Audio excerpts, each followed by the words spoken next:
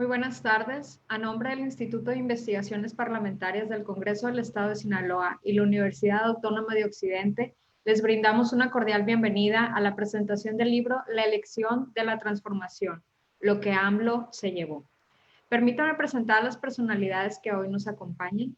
Se encuentra con nosotros la doctora María del Carmen Martínez Valenzuela, vicerrectora académica de la Universidad Autónoma de Occidente. Doctora Sonia Escalante López, directora del Instituto de Investigaciones Parlamentarias. Doctor Octaviano Moya Delgado, autor y coordinador del libro. Doctor Juan Carlos Pacheco Rosas, autor y coordinador del libro de igual forma. Y el doctor Manuel Ángel Rodríguez Edesa, autor de la obra. Asimismo, nos acompaña la doctora Emma Karina Villar Bueno, comentarista de la obra que hoy nos convoca, y la doctora Almabelia Cázares Félix, coordinadora del Bufete Jurídico Estudiantil de la Unidad Regional de Culiacán de la UADEO.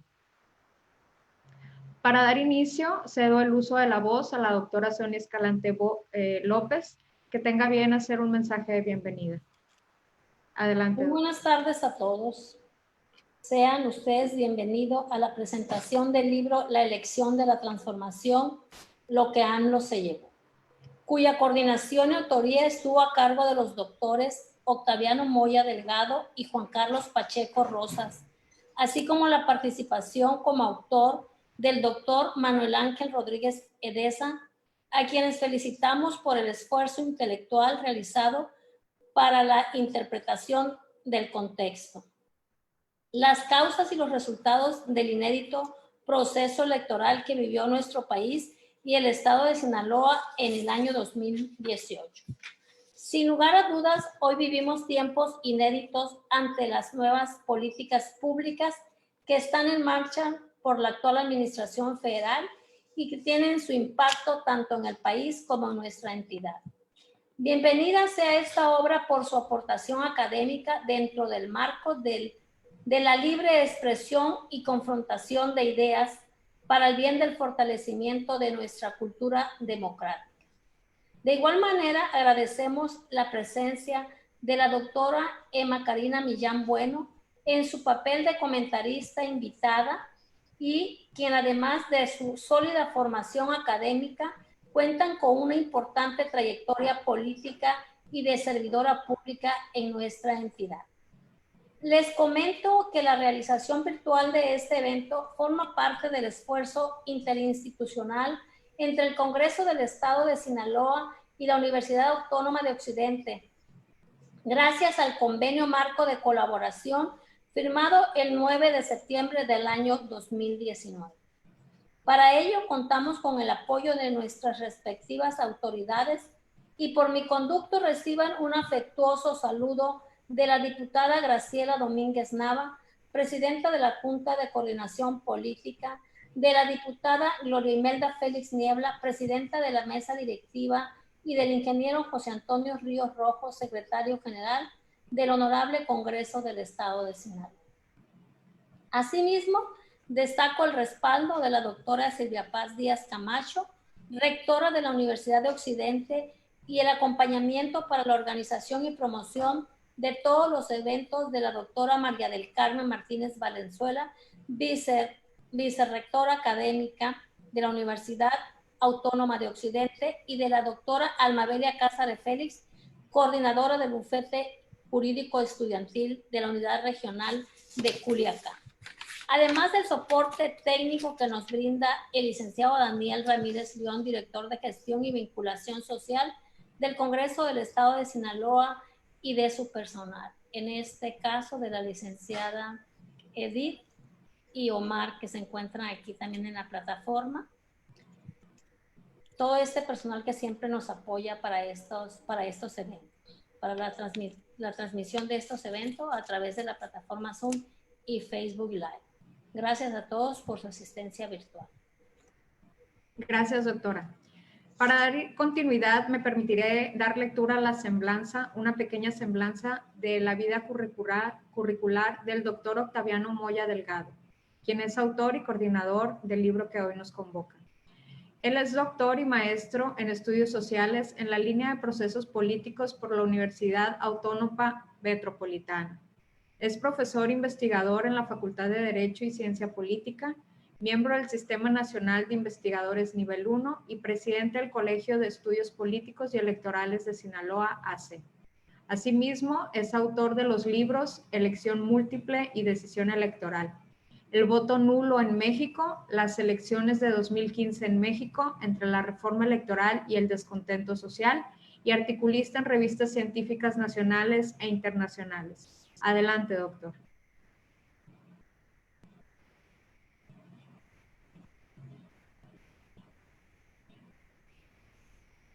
Doctor Octaviano Moya, adelante. Sí, gracias. Muchísimas gracias. Quiero agradecer a todos ustedes la oportunidad que nos dan de difundir un poquito esta obra, que si bien es cierto, a un año que fue publicada a raíz de un evento realizado en Mocorito, el tercer seminario permanente de análisis electoral que realiza el Colegio de Estudios Políticos Electorales, y que reunió una cantidad importante de académicos e investigadores en temas vinculados a estos. Bueno, la obra arrojó como resultado esta obra que nos tiene en discusión, y que, digamos, es una selección muy cuidada de todos estos trabajos que se presentaron. Un servidor, además de coordinar la obra, es autor de uno de los libros, de uno de los artículos, perdón, como lo es también el doctor Manuel Ángel Rodríguez y el maestro Juan Carlos Pacheco, que estarán comentando un poquito respecto a sus respectivos artículos. Yo quisiera profundizar un poquito en la obra, en la calidad y el contenido de la obra, y en muchos de los elementos que se fueron discutiendo a lo largo de las presentaciones y que nos dan cuenta de temas vistos en la obra, pero también que fueron producto del proceso electoral mismo y del cual todavía se discuten, y es probable que muchos de estos se mantengan en esta próxima elección del proceso electoral en que estamos prontos a entrar. Para nosotros, y lo titulamos así, la elección de la transformación, no fue solamente haciendo un vínculo directo a la cuarta transformación que Andrés Manuel, el actual presidente, proponía en ese momento, sino que también hubo distintos fenómenos que convivieron en el proceso. Andrés Manuel se presentó por tercera ocasión a competir por la presidencia de la República, y curiosamente en esta tercera ocasión, si bien es cierto, muchos elementos que se vieron en campañas anteriores fueron también presentes en esta misma, estos elementos quedaron sin efecto a raíz del nuevo contexto. Tal fue el ataque a su imagen, elementos programáticos vertidos durante las campañas, donde la bandera de la honestidad y la corrupción, por un lado la honestidad y por otra parte la corrupción. La honestidad en sí y la corrupción en ajenos fueron banderas discursivas, elementos discursivos que se vieron presentes y se fueron desarrollando a lo largo de todas las campañas, y que dio lugar finalmente a un enorme fenómeno de arrastre, a un voto estratégico de magnitudes y proporciones no registrados en los procesos electorales de nuestro país, en la historia reciente. Muchos de estos elementos han sido discutidos con mucha profundidad a lo largo de las presentaciones, y creemos que seguirán estando presentes en el proceso electoral mismo que estamos próximos a enfrentar.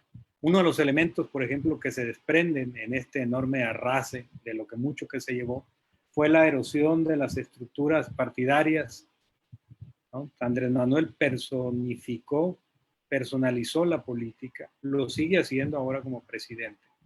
Y entonces las estructuras que antes servían como un proceso de aglutinar simpatías quedaron rebasadas.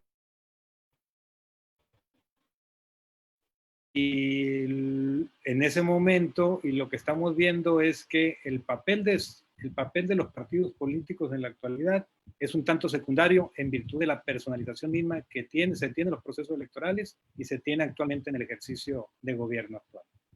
Valdría la pena revisar y analizar un poquito en las elecciones que vienen si estas estructuras partidarias, que incluso habían mostrado una enorme fortaleza hasta antes de la elección del 2018, seguirán manteniéndose o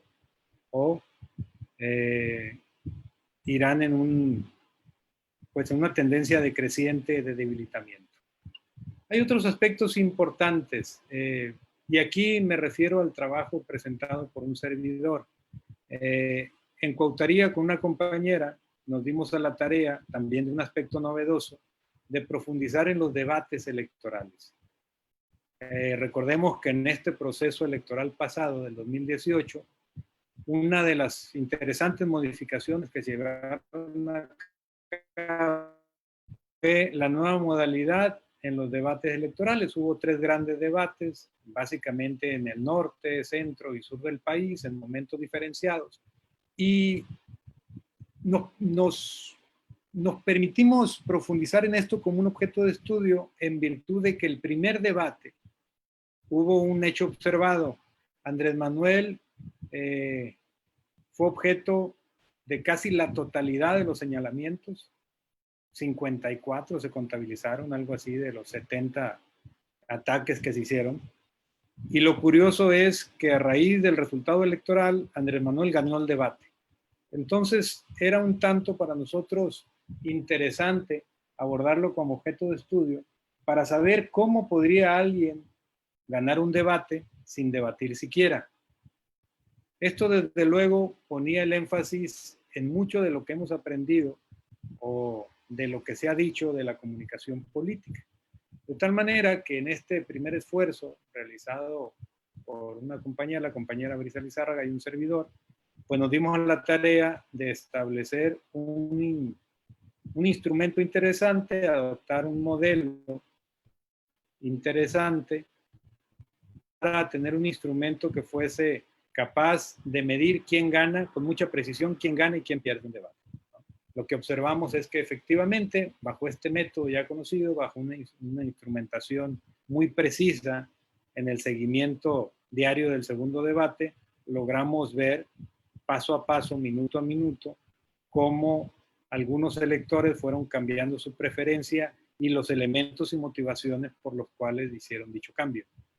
Esto, dicho así, es algo que no existía en la ciencia política, ni tampoco que exista mucho en la ciencia de la comunicación, particularmente en la comunicación política.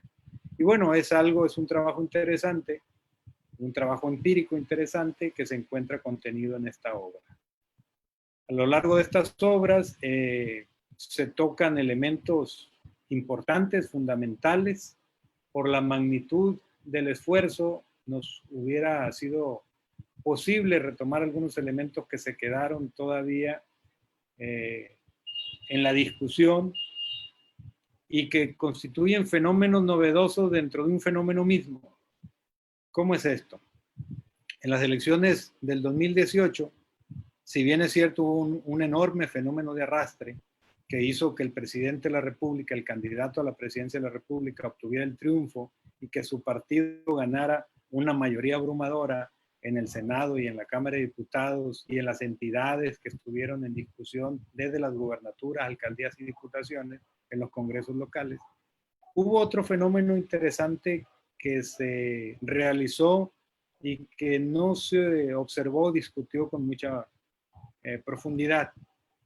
Recordarán también que en el 2018, por primera ocasión en la legislación se estableció la reelección y curiosamente, en el caso de Sinaloa, quienes lograron con éxito mantener la reelección en sus cargos fueron particularmente mujeres de municipios serranos de la entidad.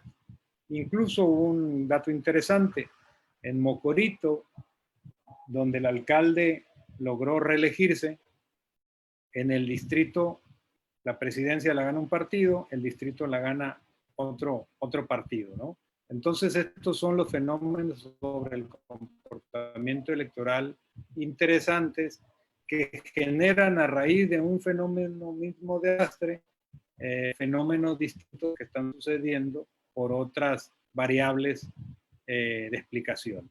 Nos hubiera gustado haber introducido más elementos de ese tipo, un trabajo de esa naturaleza, pero bueno, la extensión a veces es muy estandarizada respecto a cómo debe de ir la publicación de un libro. Creo que esta es una obra relevante que aporta luces interesantes en el terreno de la ciencia política y de los procesos electorales y las elecciones mismas, y que en algunos casos les va a servir para este proceso electoral que viene como una guía, un mapa de navegación respecto a ciertas cosas que se mantienen y que cambiaron en la realidad a partir del 2018 y que van a seguir manteniéndose o desarrollándose en esta elección que viene, ¿no? De mi parte, yo no quisiera ahondar más, estaría en todo caso más en el ánimo de, si hubiera respuestas, preguntas, pues tratar de dar respuestas con el mayor interés. Les agradezco. Gracias, doctor. Es momento de escuchar al doctor Juan Carlos Pacheco Rosas, autor y coordinador del libro. Él es candidato a doctor en estudios sociales por la Universidad Autónoma Metropolitana, con línea de investigación en procesos políticos, especialista en temas sobre democracia, comunicación y medios. Ha colaborado desde 2009 como redactor y reportero en diferentes medios de comunicación en Baja California y en Sinaloa. Es profesor de grado y posgrado en Sinaloa y actualmente escribe su columna Tercer Ojo para el noticiero sinaloense Luz Noticias sobre análisis de comunicación política y medios en México y el mundo. Adelante, doctor Juan Carlos. Gracias, ¿qué tal?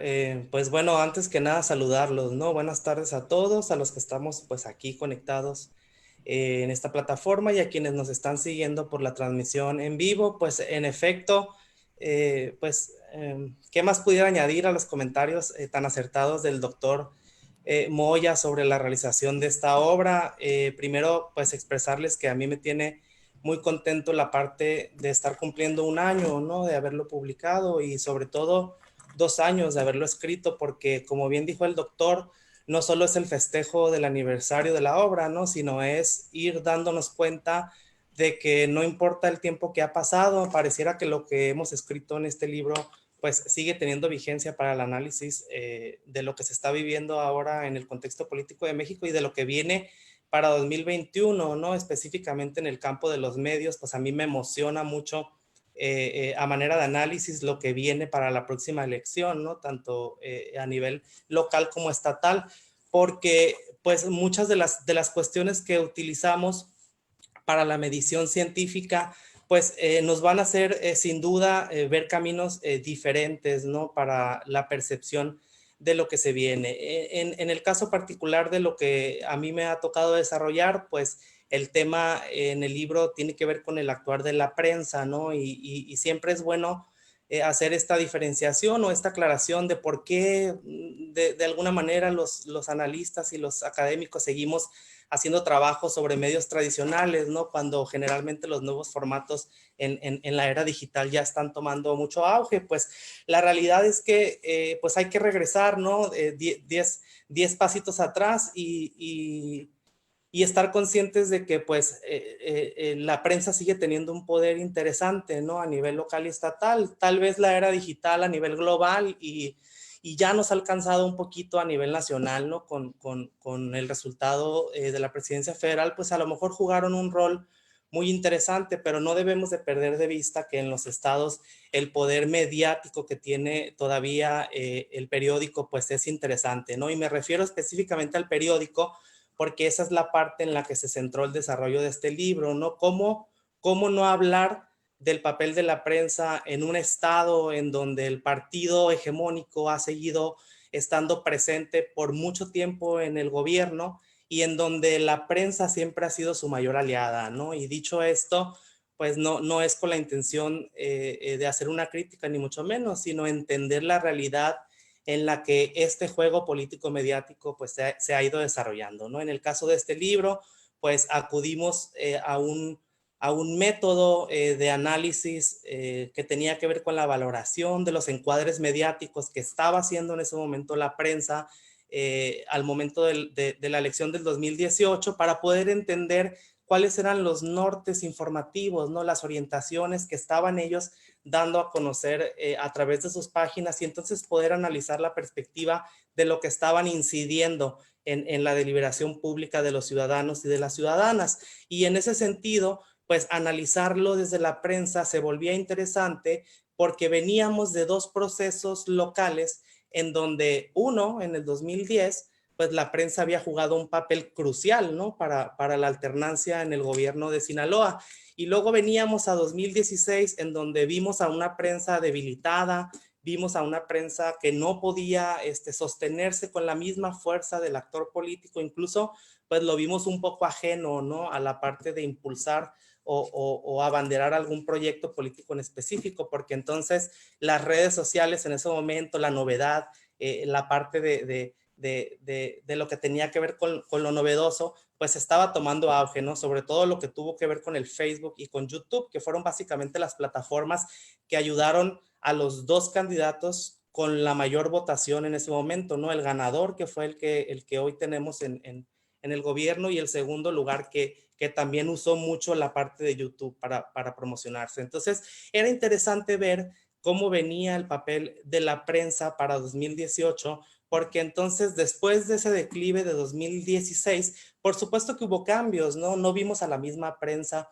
actuando de manera electoral en el escenario de 2018. Por supuesto que vimos a una prensa diferente, con encuadres distintos, con plumas distintas, con plataformas distintas, porque entonces empezaron a ponderar la parte de lo digital, ¿no? La parte del mercado y de la economía digital, y empezaron a presumirnos toda esta cuestión de alcance que estaban teniendo, no solo a nivel nacional, sino además a nivel Latinoamérica, ¿no? Y entonces este despliegue de la prensa escrita transportándose a la parte de la transmedialización, pues era interesante, ¿no? Era interesante ver esa parte del medio tradicional, de ver a un medio que ostentaba el mundo digital desde los lenguajes tradicionales, y muchos en ese entonces se preguntaban por qué nos seguíamos esforzando en estudiar la prensa, ¿no? Y yo en este momento, pues quisiera reiterar la importancia de seguir observando a la prensa en los estados, porque incluso en las últimas semanas la prensa en Sinaloa nos ha demostrado que sigue teniendo intereses políticos y económicos con el próximo proceso. Nos ha iniciado un cabildeo mediático para meter a un candidato, a un partido que ya ven que va a llegar al poder, sea o no sea cierto, pero la realidad es que ahí está. La prensa sigue estando en ese juego político mediático de Sinaloa, no Facebook, no Twitter, no YouTube, no las redes en general, sino la prensa, y no nada más como medio, sino además como poder económico, ¿no? Como poder empresarial. Entonces eso no hay que perderlo de vista. Este libro pues sin duda nos ayudó a observar esos encuadres, esos intereses, y por supuesto algo que a nosotros en la academia nos cuesta mucho trabajo legitimar cuando hacemos este tipo de mediciones, pues vale la pena resaltar que lo hicimos con modelos de investigación patentados por otros investigadores, ¿no? En el caso del doctor Moya y de la compañera Brisa con la medición de los debates, pues fue adecuar un modelo que ya estaba plenamente publicado para analizar los debates, y en el caso de su servidor, pues fue también adecuar un modelo para hacer esta medición pues lo más objetiva posible, ¿no? Para decir qué tanto estaba incidiendo bien o mal la prensa en ese proceso. Entonces, pues es algo que tenemos que seguir observando. Creo que en 2021 sí va a ser importante todavía el rol de esa prensa tradicional.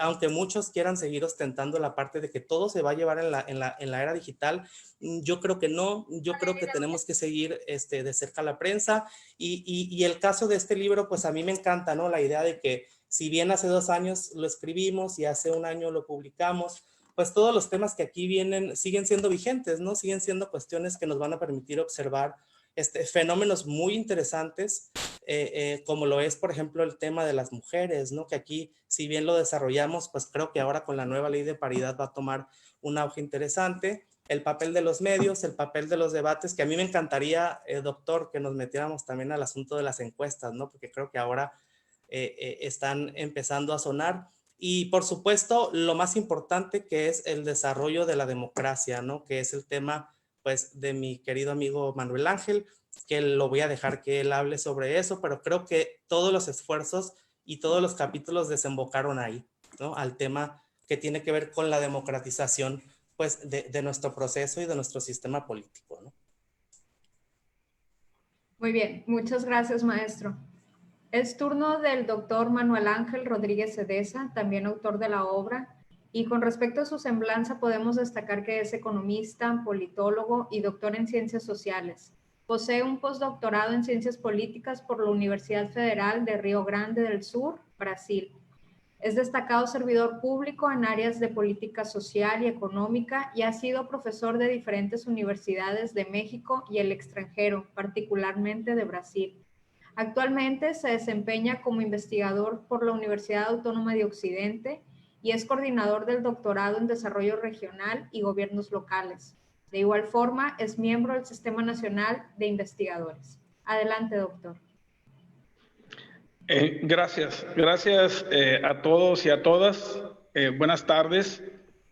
Decir de antemano que es un honor estar en esta presentación de un libro que, como bien dicen mis colegas, surgió de un congreso que el doctor Moya tuvo a bien realizar en Mocorito y que derivado de ahí pensaron ellos, Pacheco y él, ¿por qué no hacer un libro?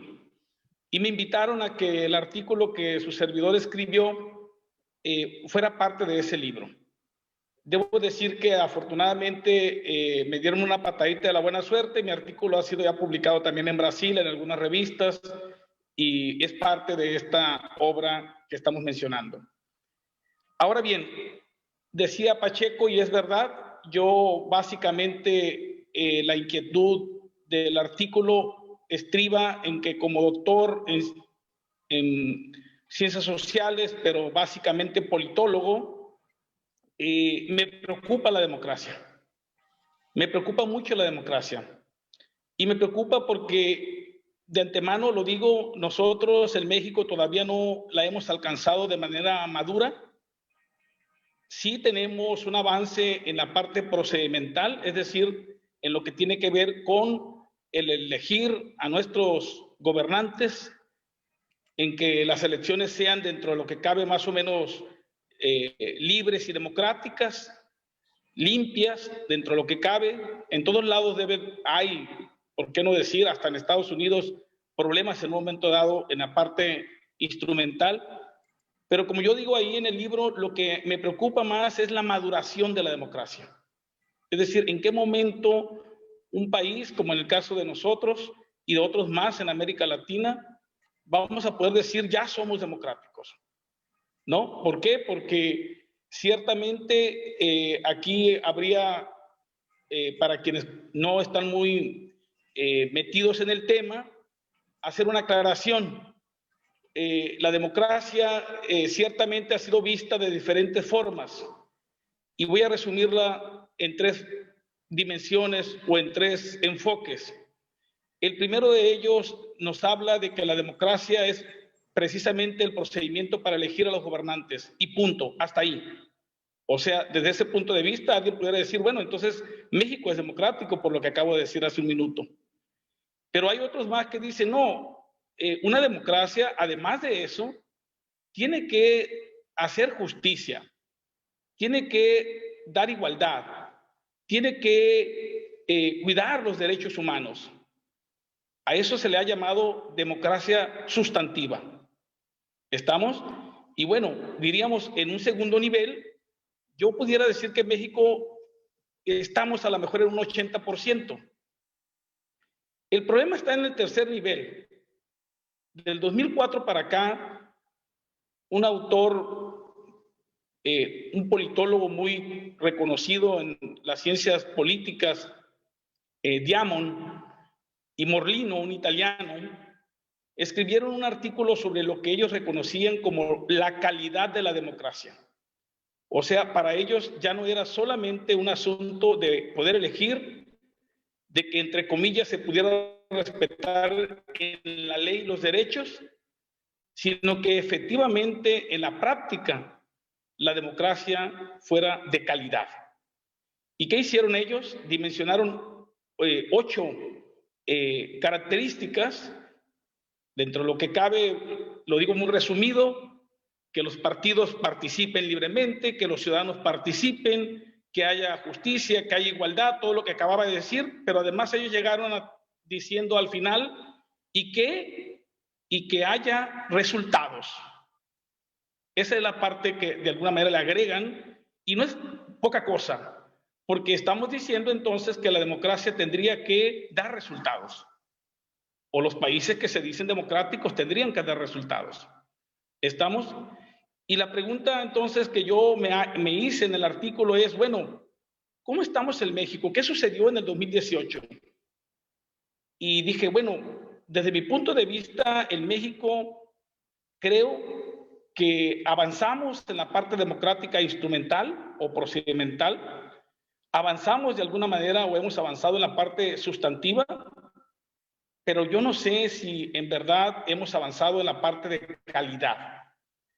Todavía no lo sabemos porque hasta ese momento yo puedo decir que no. Esperemos a ver qué va a pasar cuando termine el gobierno de Andrés Manuel, que además sería también de alguna manera de mucha exigencia pensar que él solo va a resolver todo, pero al menos creo que podemos avanzar, si ese es el camino, hacia esta parte pues de los resultados. Pero bueno, el asunto es que entonces yo me encuentro con una elección a la cual yo determiné o denominé, por cierto, ese mismo día en la noche en el Face, hubo un tsunami que arrastró y que, como bien decía el doctor Moya, hizo ganar no solamente al candidato a la presidencia, que ya se veía ganar de antemano, pero hizo ganar a todos, o a casi todos, a una gran mayoría de ciudadanos con todos sus derechos, ¿no? Y que hay que decir la verdad, yo creo que hasta ellos mismos se sorprendieron, en muchos casos. ¿Qué pasó entonces? ¿Qué pasó? Y yo comencé a pensar en un concepto que ya se venía manejando y que era el hartazgo. El hartazgo. La gente estaba harta y la gente lo que quería era salir de la situación y entregó todos sus votos, todos los 5, como decía en su momento el candidato Andrés Manuel, 5 de 5 a todos. ¿Por qué? ¿Porque estaban maduros? Ahí fue la primera pregunta. ¿O porque todavía no están maduros, democráticamente hablando? ¿Pudo haber sido solamente el momento del enojo, del coraje, del hartazgo lo que hizo que en un momento dado depositaran un voto? Bueno, empecé a hacer un análisis, como todo investigador serio debe de hacerlo, en una situación metodológica que ustedes pueden ver en el libro, donde consulté N cantidad de artículos y de diferentes obras para llegar a la conclusión de que efectivamente había habido un voto de hartazgo. Pero aquí venía una pregunta, ¿y qué va a ser entonces un voto de hartazgo, doctor Manuel Ángel? ¿Cuál es la diferencia entre un voto de hartazgo y un voto de castigo, por ejemplo, que también ya se usaba antes? Bueno, déjenme entonces que les diga lo siguiente. Primero, ¿por qué dije yo que efectivamente había habido un hartazgo? Miren, desafortunadamente no pude poner ahí una lámina, pero se las voy a decir y la van a entender fácilmente. Andrés Manuel tuvo en el 2006, voy a poner números cerrados, 14 millones de votos. En el 2012 tuvo 15 millones de votos y en el 2018 tuvo 30 millones de votos. No sé si captan cómo yo soy economista, en una tendencia de 14 a 15, lo que seguía era el 16, el 17, el 18, el 19 incluso, pero no 30 millones de votos. Y entonces ahí empecé a advertir que efectivamente mucha gente había votado por él porque efectivamente él es un líder carismático, como en la ciencia política se usa también ese concepto. pero muchos otros habían dado su voto de confianza, pero más de confianza por salir de los que no querían. Dieron su voto por hartazgo. Y aquí hay otra dimensión que manejo yo en el libro. ¿Cuál es la diferencia entonces entre el castigo y el hartazgo? Bueno, el castigo, yo estoy consciente de lo que estoy haciendo y lo castigo. El hartazgo aparentemente estoy consciente, pero lo hago independientemente de lo que vaya a suceder. Sencillamente yo quiero resolver una situación en la cual yo estoy enojado. ¿Sí? Y entonces ahí empecé a ver que había una diferencia también entre entonces yo me mantengo dentro de un mismo sistema político y castigo al gobernante en turno por otro. Pero aquí hay, en el caso del hartazgo, una situación muy diferente. Yo ya no quiero nada del sistema. ¿Sí ven la diferencia? O sea, yo no quiero castigar y mantenerme dentro del sistema. Yo quiero salirme del sistema. Estoy harto del sistema y ya no me importa quiénes sean los que van a, entre comillas, a llegar, pero sí me importa los que van a salir. Sí quiero que salgan. Y entonces el voto del hartazgo se convierte en un voto también antisistema. No sé si me están entendiendo entonces. Déjenme entonces, ya nada más para resumir, en la literatura existen básicamente 3 escuelas sobre el comportamiento electoral. Una, la primera que surge ya desde la década de los 50, de Lasserfeld, que va a hablar del voto sociológico. Él decía, la gente vota en razón de lo que hace la comunidad. Luego, después, ya en los 70s, 80s, se está dando una idea de un voto, diríamos, psicológico. Ahí Campbell y otros más van a dimensionar el voto como una idea de psicológica en el sentido de las ofertas de campaña de los candidatos y de alguna manera pues lo que los guiaba era el candidato. Pero luego después, también en los 57 más o menos, Anthony Downs, que es un economista, va a usar un concepto que hasta en estos momentos se usa, es el rational choice o la elección racional, y la va a llevar a la parte electoral y va a decir que la gente también ya no solamente vota por el asunto de la comunidad y tampoco por el candidato, sino vota por lo que espera ganar con su voto. Es decir, es un ente económico, es un ente racional. Ahora bien, diríamos que a partir de esa tercera escuela y hasta nuestros días, lo que de alguna manera ha imperado es que la gente es racional. Es decir, estamos en la etapa en que la gente escoge pensando, diría Anthony Downs, en lo que va a ganar o en lo que puede perder. Y en ese sentido, esta parte del rational choice se ha dividido en diferentes dimensiones. Por ejemplo, el voto útil es aquel que dice, no va a ganar mi candidato, pero puede ganar Pedro y entonces voto por Pedro. O sea, utilizo mi voto para, de alguna manera, no perder. ¿Estamos? Luego, después, viene la idea del castigo que mencionaba yo hace rato, que alguien me estaba diciendo, no es lo mismo el castigo que el hartazgo. Yo les digo, no. Porque en el caso del castigo, se mantiene dentro del sistema y efectivamente está enojado con la persona que está, y como en el caso del voto útil, ya no la quiere y va a escoger otra opción. ¿Estamos de acuerdo? Pero no necesariamente va a escoger, diríamos, salir del sistema. Como en este caso estoy planteando el voto del hartazgo, que irónicamente es un voto racional, pero al mismo tiempo, perdonen la expresión, irracional. ¿Por qué? Porque no piensan en razón del voto, sino piensan en razón de lo que quieren escapar. Y esto es importante porque si nosotros seguimos en esta dinámica, la cuestión está en si vamos a ser maduros y si este salto nos va a llevar a una democracia madura en México. Porque así como sucedió con Andrés Manuel, sin quitarle el mérito a él, repito, él iba a ganar, estoy convencido de eso, pero sin quitarle el mérito a él, vamos nosotros a poder mañana efectivamente pensar a la hora de elegir. O como lo hicimos en el caso de él, no de él particular, repito, pero sí de esta elección que fue un tsunami, darlo también mañana por otro. No sé si me estoy dando a entender. Lo que me preocupa, resumiendo ya y terminando, es que las democracias en Latinoamérica y concretamente en México lleguen a ser maduras y que efectivamente nosotros elijamos no con el hígado, no con el corazón ni siquiera, aunque a veces también las elecciones son sentimientos, pero tal vez mejor con la cabeza, de manera racional, diría Anthony Downs, ¿no? Pero de una manera racional, no económica incluso, pero política, pensando no en lo que voy a ganar. Yo personalmente, en esa parte difiero con Downs, a mí no me gusta la idea del rational choice, la idea de que lo que voy a ganar yo personalmente, pero sí cómo podemos hacer que gane la democracia, o sea, el rational choice político, no económico. ¿Estamos de acuerdo?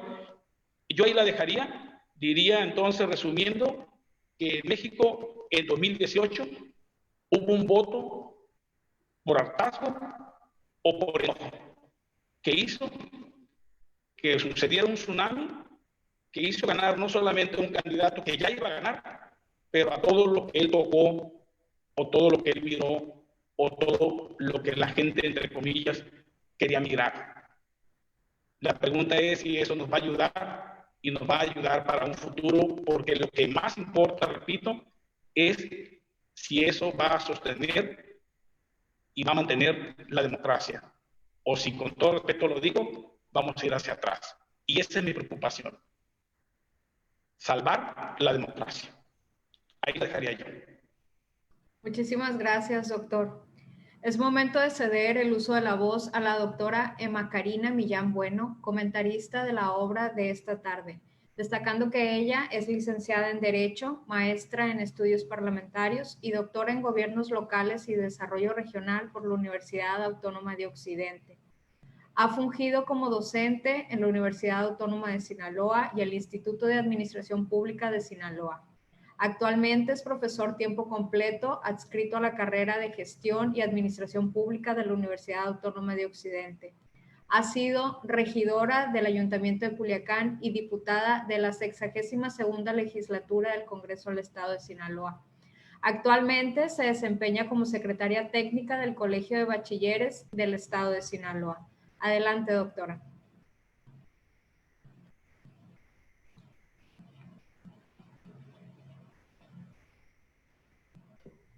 Muy buena tarde, tengan todas y todos ustedes. Me encanta estar en este debate de tan alto nivel en la presentación de este libro. Saludo con mucho cariño a quien representa a la Universidad Autónoma de Occidente, a la doctora María del Carmen Martínez, por supuesto a la doctora Sonia, Alma, a Beatriz y a todos los panelistas que nos acompañan. Muchas gracias, Julie, por tu esfuerzo. Creo que esta tarde ha sido muy enriquecida por la participación de cada uno de los autores en esta obra.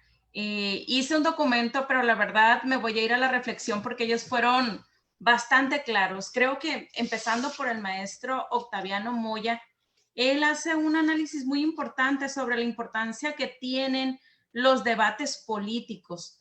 Él se adentra mucho a la obra. Yo les invito a que la busquen, a que accedan a ella, a que la promuevan porque académicamente lo dice, hace un aporte, pero también si la lees con colores de partidos, agarras partido también porque cada quien tiene su corazoncito.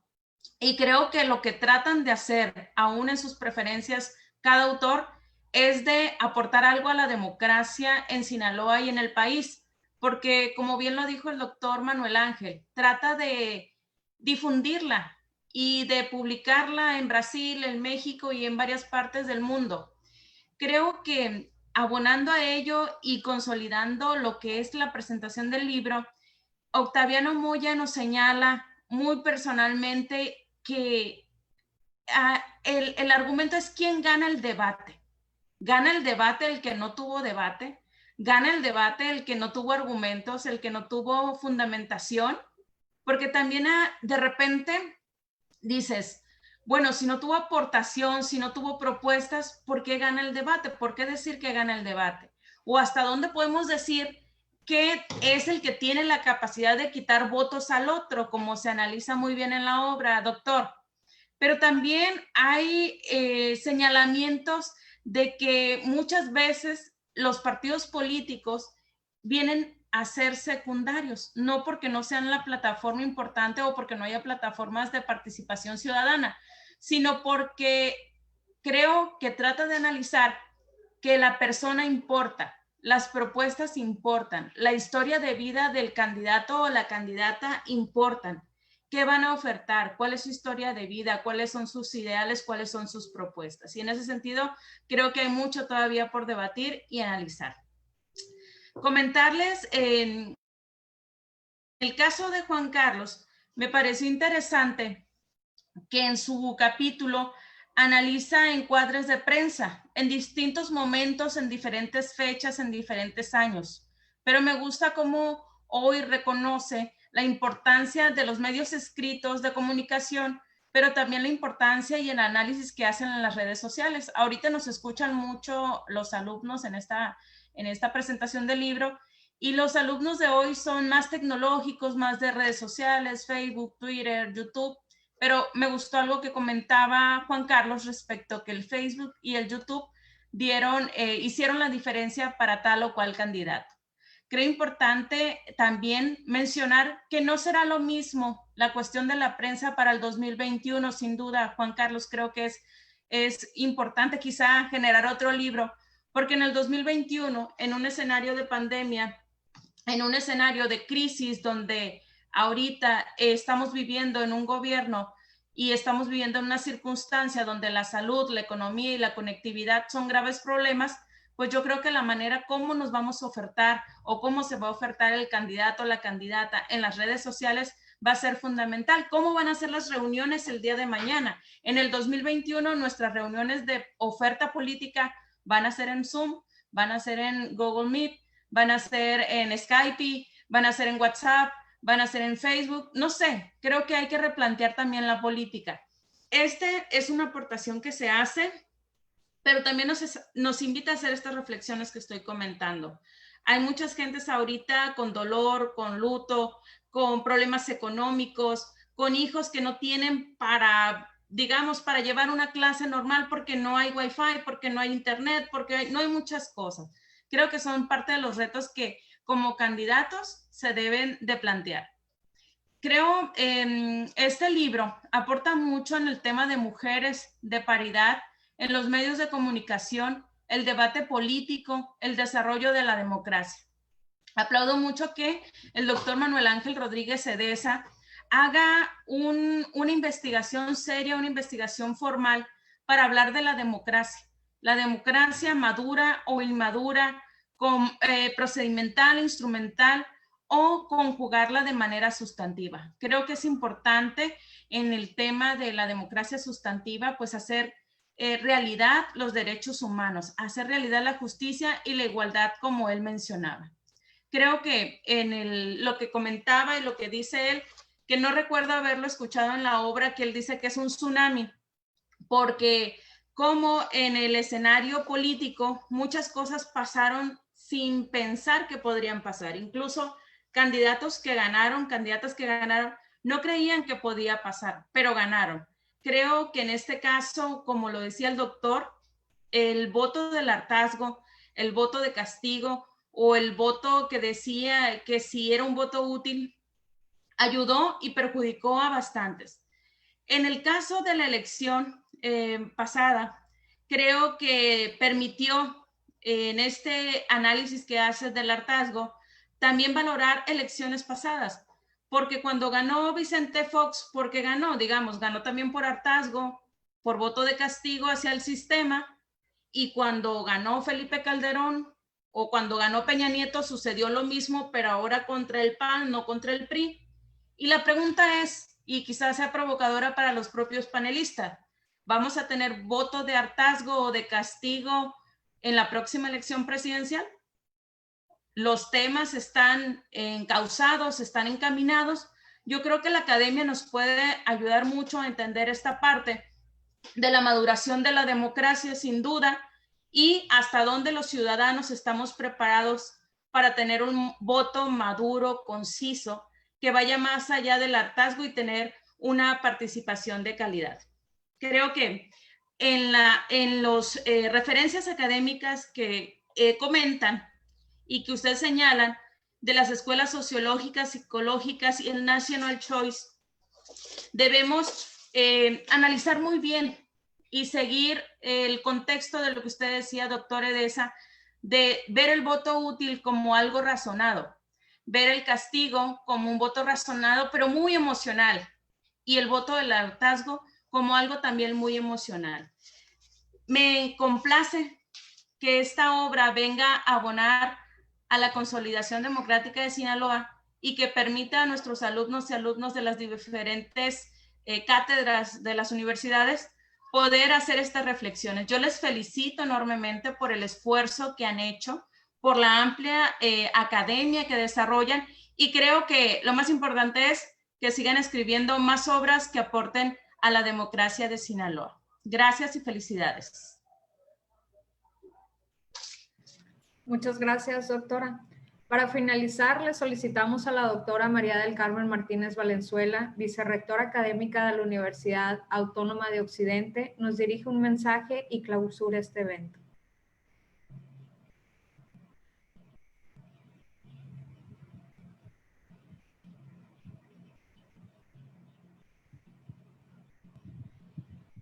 Doctora María del Carmen, si gusta encender, por favor, su micrófono. Gracias. Me disculpo. Muy buenas tardes tengan todos ustedes. Me es muy grato en nombre de la rectora de la Universidad Autónoma de Occidente, doctora Silvia Paz Díaz Camacho, agradecerles por esta gran oportunidad de realizar este tipo de eventos con sello académico que indudablemente nos enriquecen.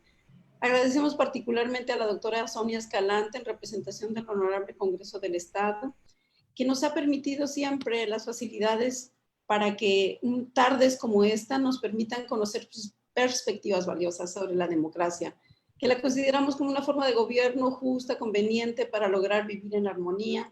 Sabemos que en este sentido solamente con la participación efectiva, voluntaria, así como la sinergia o la unión entre los tres órdenes de gobierno, la sociedad, la democracia puede tornarse en una realidad ideal, tal vez. Escuchar todas estas argumentaciones, todo lo que mencionaron, realmente enriquece porque nos permite ampliar nuestros conocimientos y también abrir la mente a nuevas perspectivas. Porque no, felicito al doctor Octaviano Moya Delgado y al doctor Juan Carlos Pacheco Rosas y también al doctor Manuel Ángel Rodríguez Edesa por la realización de esta obra. Realmente abordar temáticas como la elección de la transformación de un país como el nuestro, donde se ha vivido recientemente lo que finalmente es democracia, pensada, como comentaban, o tal vez visceral, pero democracia al fin y al cabo, ¿verdad?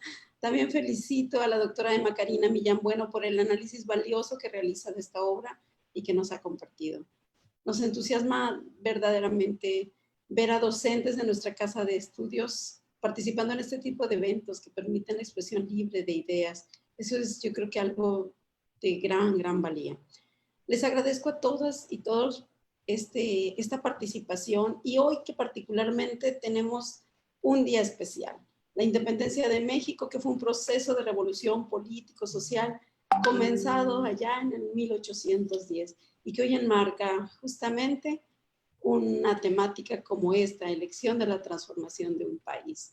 Muchísimas gracias, de verdad. Y pues siendo hoy las 6 de la tarde con 59 minutos de este 15 de septiembre del 2020, declaramos formalmente clausurado este evento de gran relevancia. Muchísimas gracias a todos y por la cultura de la libertad. Que tengan todos muy buena tarde.